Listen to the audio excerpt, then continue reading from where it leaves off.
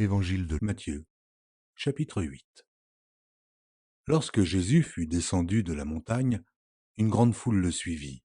Et voici, un lépreux s'étant approché se prosterna devant lui et dit, « Seigneur, si tu le veux, tu peux me rendre pur. » Jésus étendit la main, le toucha et dit, « Je le veux, sois pur. » Aussitôt, il fut purifié de sa lèpre.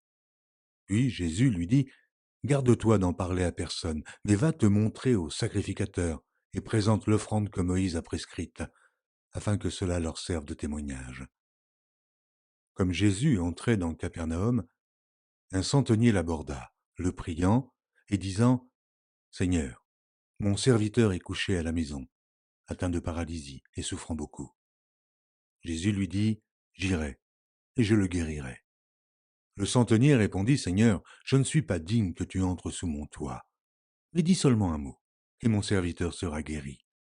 Car moi, qui suis soumis à des supérieurs, j'ai des soldats sous mes ordres, et je dis à l'un, va, et il va, à l'autre, viens, et il vient, et à mon serviteur, fais cela, et il le fait. » Après l'avoir entendu, Jésus fut dans l'étonnement, et il dit à ceux qui le suivaient, « Je vous le dis en vérité, même en Israël, je n'ai pas trouvé une aussi grande foi. Or, je vous déclare que plusieurs viendront de l'Orient et de l'Occident, et seront à table avec Abraham, Isaac et Jacob dans le royaume des cieux. Mais les fils du royaume seront jetés dans les ténèbres du dehors, où il y aura des pleurs et des grincements de dents. » Puis Jésus dit au centenier, « Va, qu'il te soit fait selon ta foi. » Et à l'heure même, le serviteur fut guéri. Jésus se rendit ensuite à la maison de Pierre, dont il vit la belle-mère couchée, ayant la fièvre. Il toucha sa main, et la fièvre la quitta. Puis elle se leva et le servit. Le soir, on amena auprès de Jésus plusieurs démoniaques. Il chassa les esprits par sa parole, et il guérit tous les malades, afin que s'accomplît ce qui avait été annoncé par Ésaïe le prophète. Il a pris nos infirmités, et il s'est chargé de nos maladies. Jésus, voyant une grande foule autour de lui, donna l'ordre de passer à l'autre bord. Un scribe s'approcha et lui dit, « Maître, je te suivrai partout où tu iras. » Jésus lui répondit, « Les renards ont des tanières, et les oiseaux du ciel ont des nids, mais le Fils de l'homme n'a pas où reposer sa tête. » Un autre d'entre les disciples lui dit, « Seigneur, permets-moi d'aller d'abord ensevelir mon Père. » Mais Jésus lui répondit, « Suis-moi, et laisse les morts ensevelir leurs morts. » Il monta dans la barque, et ses disciples le suivirent. Et voici, il s'éleva sur la mer une si grande tempête que la barque était couverte par les flots, et lui, il dormait. Les disciples s'étant approchés le réveillèrent et dirent, « Seigneur, sauve-nous, nous périssons. » Il leur dit, « Pourquoi avez-vous peur, gens de peu de foi ?»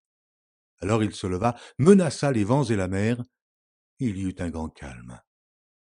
Ces hommes furent saisis d'étonnement. « Quel est celui-ci, disaient-ils, à qui obéissent même les vents et la mer ?»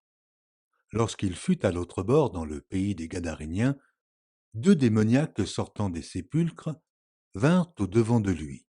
Ils étaient si furieux que personne n'osait passer par là.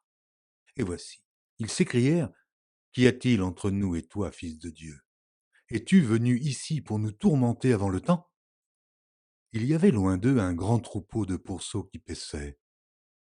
Les démons priaient Jésus, disant, « Si tu nous chasses, envoie-nous dans ce troupeau de pourceaux. » Il leur dit, « Allez. » Ils sortirent et entrèrent dans les pourceaux, et voici, tout le troupeau se précipita des pentes escarpées dans la mer, et ils périrent dans les eaux.